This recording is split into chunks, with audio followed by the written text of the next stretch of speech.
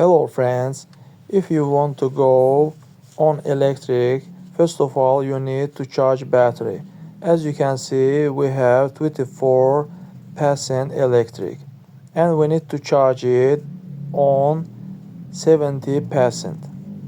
To do it, we need drive car by Gibrid and charge our battery.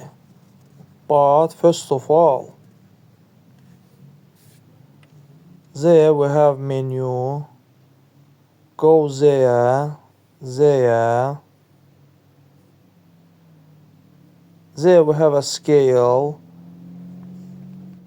It needs to be 70% and press save.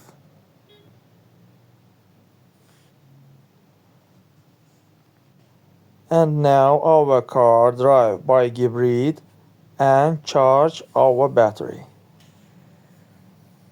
After that, when our battery full charge 70%, we change Gibrid button, this Gibrid button, to electric button. The car will drive about 50 kilometers by electricity and discharge the battery. Then automatically car switches on to Gibrid. That's all guys. Subscribe to our channel and put like.